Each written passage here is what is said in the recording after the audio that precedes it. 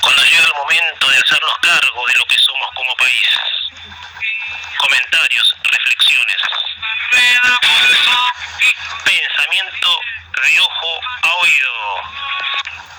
Bueno, gente, ha generado risa, obviamente, y polémica y risa, ¿no? Porque este país, obviamente, si no es algo para reírse, es para darse la cabeza contra la pared, reírse en el sentido...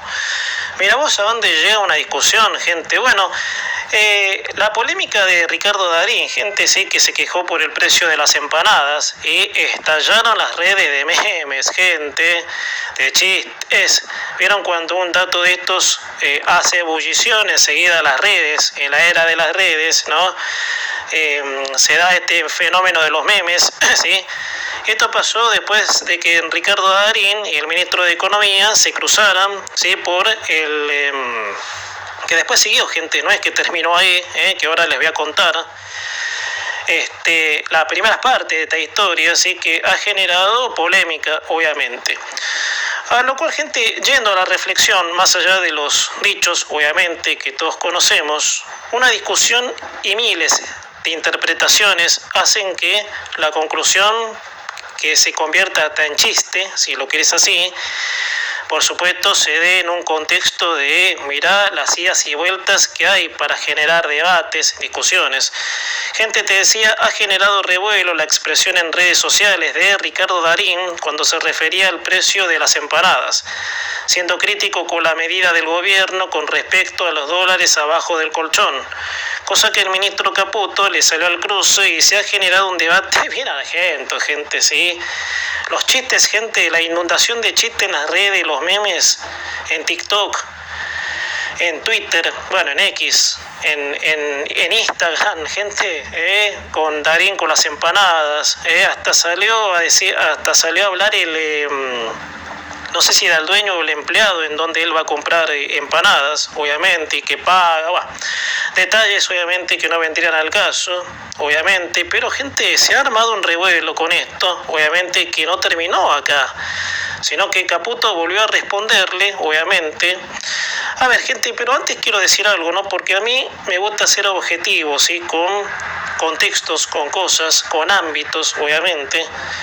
Pero con todo respeto, quiero antes explayarme con esto, antes de explayarme con esto, quiero resaltar mi objetividad con la gente del medio artístico. Porque la gente del medio artístico, sí, muchas veces disocia la realidad y no dicen cosas escudadas, y dice cosas escudados en sus renombres. Y no lo digo por todo, gente, sino por un puñado. No sé si Darín sería en ese puñado, porque yo también, ¿sí? Veo precios altos, pero cómo obviamente relacionamos a la realidad, cómo lo llevamos a un contexto racional para decir, bueno, esto sale esto por algo, no es que se niega tampoco, obviamente. Gente, por eso quería hacer esta salvedad. La gente de la farándula, muchas veces en sus renombres, pueden decir cualquier cosa y generar obviamente un boom de debate, de polémica, ¿sí? Por ser renombres simplemente. Miren Mirta Legrand, que yo no tengo nada en contra de ellos, pero hay obviamente contextos de los cuales la palabra de ciertas personas pueden tener mucho peso. Por eso quería hacer esta salvedad. Bueno, gente, el enredo ocurre cuando Darín manifiesta que pagó 28.000 pesos una docena de empanadas y que es esto lo agrego yo, ridículo hablar de esta medida con facilidad. Bueno, no tengo textual lo que dijo Darín porque me olvido. Estoy anteponiendo a dónde quiso ir Darín con esa relación. Y bueno, Caputo le respondió diciéndole se quiso hacer el nacional y popular y dijo una estupidez. Darín había empezado por remarcar el trato del ministro hacia él diciendo me trató de Ricardito, bastante despectivo. A ver, acá no quiero hablar mal de uno ni del otro porque cuando uno hace comentarios, los periodistas se piensan de que solamente hay que tomar partido y no es así. Yo creo que la reflexión es muy amiga, ¿sí? De la llegada a consensos, de entender todas las partes. En cada tema de la vida pueden haber miles de interpretaciones, como decir que depende cómo cada uno en su fuero íntimo decodifique tal dato de tal tema. El cerebro humano tiene en milésimas de segundos miles de secuencias, o sea, las reacciones son por cómo la información llegue al cerebro de cada humano. Eso es lo que hace distintas a las personas, porque si todos pensaríamos igual, todos tendríamos el mismo impulso de reacción. Esto no sería mundo, gente, sería que aburrido, obviamente, que todos seamos iguales. ¿Cómo se movería el mundo si yo soy igual al operador, si soy igual al otro? No. La misma existencia humana nos distingue, ¿sí? por el mero hecho de que el mundo se mueve así, de que todos seamos distintos. La interpretación de los dichos de Darín y la devolución de Caputo nos llevan a dos hilos conductores de un mismo tema. Hace días, incluso en estos comentarios, me refería a la confianza, que se habló mucho de que si había dólares debajo del colchón, la gente tendría que ponerlos a circular en el mercado. Así fue. Y Darín dijo que eso no podía ser si una docena de empanadas sale 28.000 pesos. Y ahí vamos, gente, a lo que en primaria nos hacían resolver problemas matemáticos, ¿no? De qué debe pasar para que una docena no cueste, porque ni siquiera digo vale, gente, 28.000 pesos. O sea, hay una estructuración en la economía que debe resolverse. Entonces, cuando juntamos variantes de un mismo tema, el económico en este caso, hay que buscar resolverlo como si se resolviera, en términos objetivos, un problema matemático. A eso pensar qué hace falta, qué cosa está funcionando mal, qué es lo que desencadena la falla, y de ahí aplicar las alternativas de solución. O sea, ¿se acuerdan cuando éramos chicos? Y con esto redondeo aquí para pasar al otro tema. Nos daban problemas, obviamente, a resolver, o sea, se resolvía con una cuenta, en la primaria, por supuesto, en donde nos daban problemas matemáticos para resolver si de un lado faltaba y del otro no, para equiparar, si nos ponemos a pensar. Entonces, gente, ese medio matemática la cosa, medio matemático en el contexto de decir, sí, esto pasa, y hay que buscar la manera de resolverlo, gente. Bueno, gente, después está otro tema que me parece grave a mí, gente, porque francamente cuesta relacionar a un gobierno que denota ser liberal con actitudes que son lo contrario al liberalismo. Recordemos que el liberalismo no es solo lo económico, sino una serie de libertades y derechos, de lo que se destaca la libertad de prensa. Bueno, gente, atención, porque este es un tema que de nuevo vuelve, ¿sí?, a la agenda periodística de los medios, ¿no? Porque ha sorprendido mucho la ADEPA por lo que dio a conocer sobre los cambios que se puedan suscitar con los periodistas de la Casa Rosada. Ayer hubo otra información, gente, que después te la cuento en todo caso, de que habla de limitaciones y en requisitos arbitrarios. La ADEPA, en un comunicado, expresó sobre una alerta por los nuevos requisitos de acreditación en la Casa Rosada, diciendo desconoce la cotidianidad y naturaleza del trabajo periodístico profesional. El organismo sostuvo que la resolución instaura una suerte de derecho de admisión, por lo que evalúan los datos de audiencia de los medios representados, el alcance territorial de cada medio en particular y los antecedentes de especialización de su cobertura, de coberturas periodísticas. Estos serían los nuevos requisitos para el acceso a la prensa a la Casa Rosada. Ya es conocida la historia que consta del interés de los gobiernos en limitar a la prensa. Los medios de prensa son el puente de la comunicación para toda la ciudadanía y sus libertades. Cuentan con dotes constitucionales, gente. La libertad de prensa, la libertad de expresión, cuenta con artículos constitucionales que lo avalan. De hecho, que si vos violas eso, estás restringiendo el derecho a expresar lo que se piensa. Esto es lo que el kirchnerismo intentó, y lo dije miles de veces. El kirchnerismo intentó con la ley de medios, ¿sí?, del 2009, que el fin era achicar los medios críticos para poner a gente amiga, allegada al gobierno, de los Kirchner, por supuesto, y así silenciar las voces. Eso es lo que se intentó hacer con la ley K, la denominada ley K, que terminó aprobada sí, pero terminó con artículos derogados por Macri cuando asumió la presidencia. A ver, yo creo que presidente puede tener motivos para agarrársela con la prensa. Cuando fueron las sesiones ordinarias en marzo, hubo una especie de bajada de línea a la prensa porque el gobierno estaba en plena mira por el caso cripto, lo cual hizo que Milei dijera de que la sociedad no odia lo suficiente a los periodistas, cuestión que en gran parte de la opinión pública no cayó muy bien, gente, a mí no me cayó bien, ¿no? Porque, a ver, el periodismo es eso, ¿no? El periodismo es decir lo que pasa. El trabajo nuestro es te guste o no. Si no te gusta, yo lo lamento, viejo. Vos estás metido en una causa que hasta ahora no hay rasgos, obviamente, porque la investigación vos mismo te encargaste de frenarla, la comisión investigadora, lo cual todavía el derecho a dudar tenemos. El periodismo es eso, te guste o no. El periodismo partidario es el que arruinó la profesión, a mi criterio.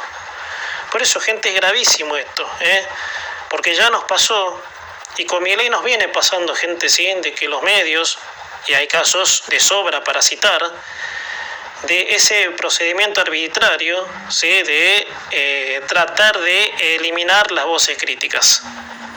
Yo ya les dije, gente, con esto termino porque ya tengo que cerrar la primera hora del programa para ir a la pausa de la radio.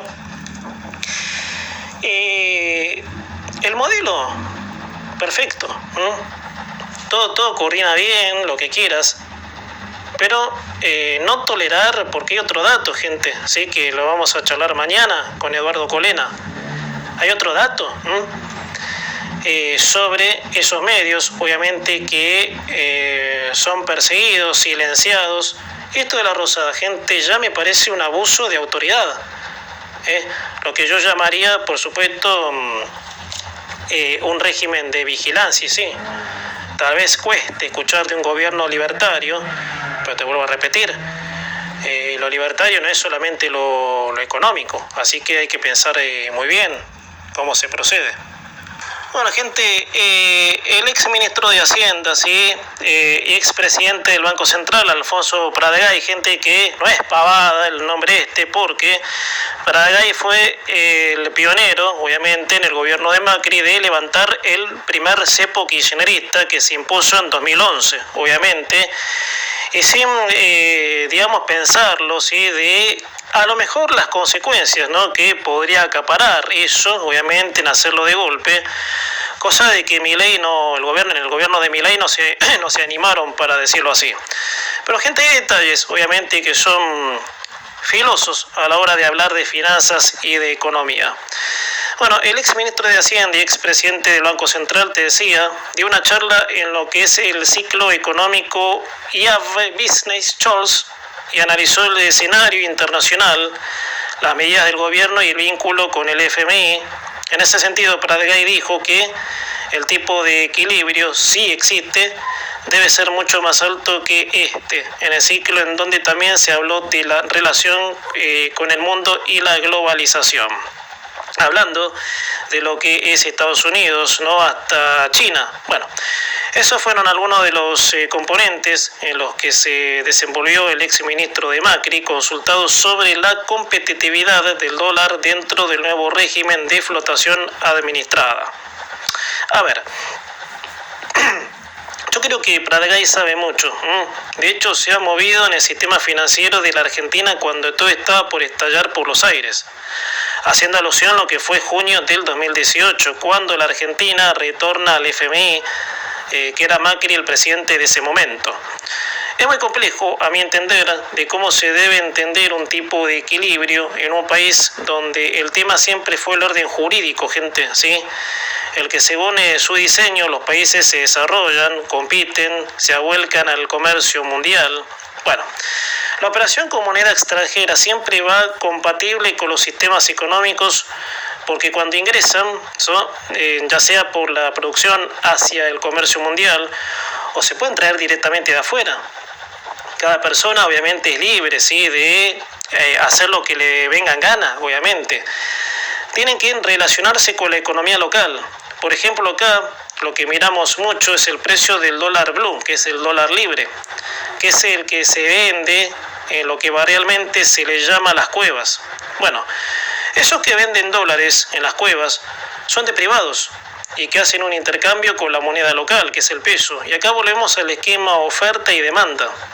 ¿Qué pasa cuando hay más y cuando hay menos? Ya se sabe, sería muy obvio, obviamente. Bueno, en este contexto comentarlo, quizás en otro detalle, sí, cuando hablamos obviamente de cómo funciona la maquinaria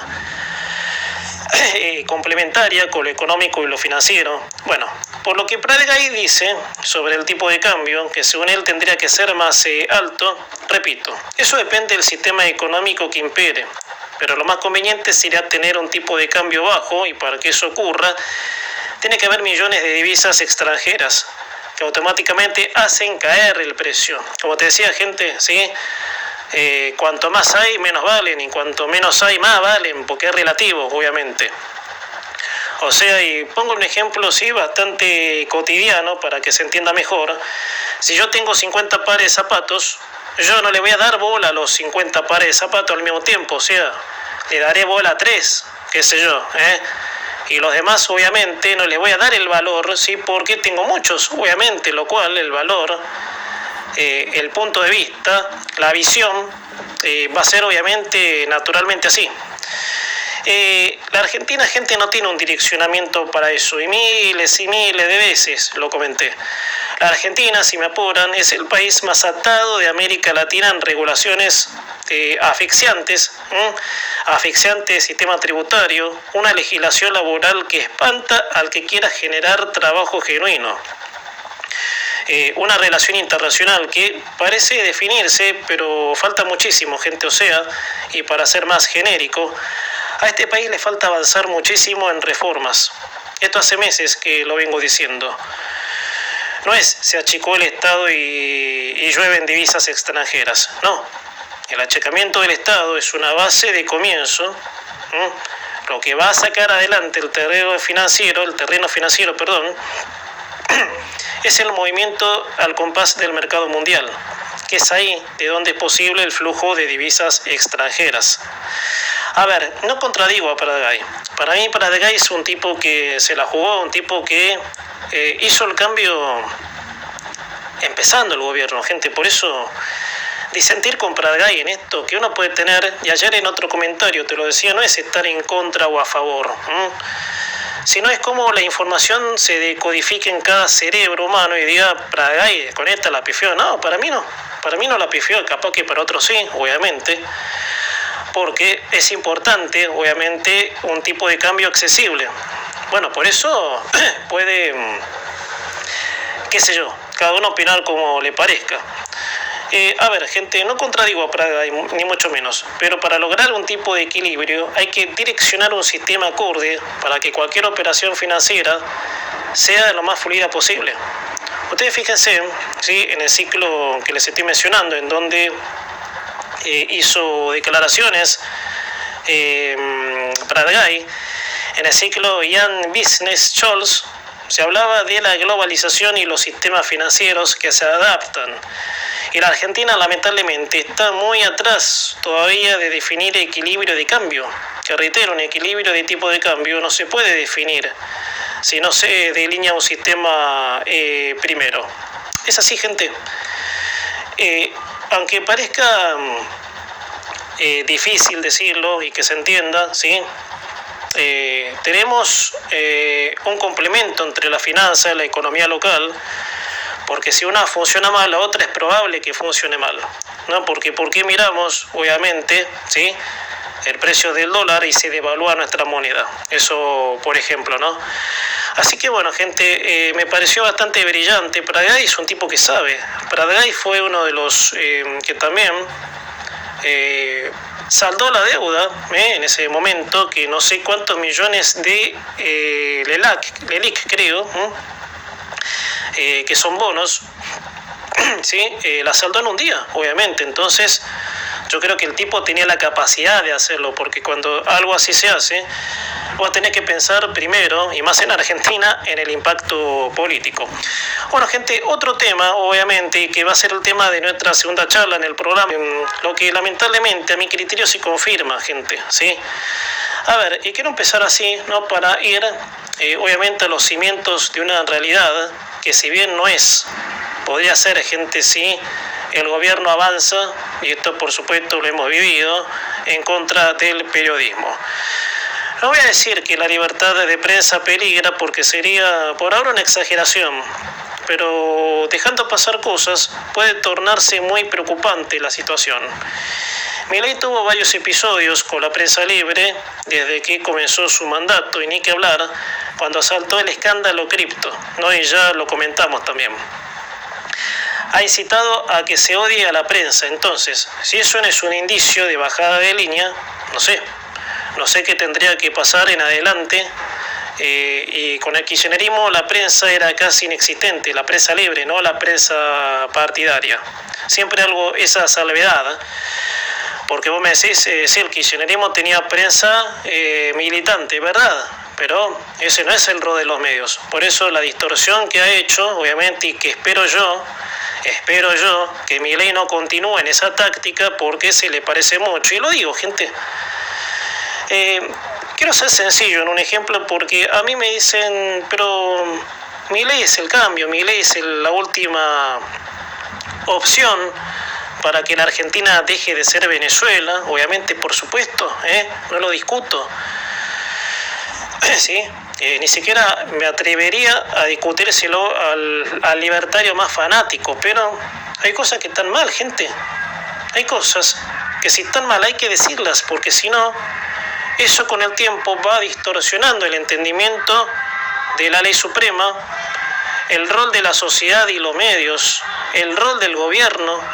Gente, para que se ordene este país, y voy a ser muy directo aquí, y caiga como caiga, bueno, cada uno sacará su conclusión.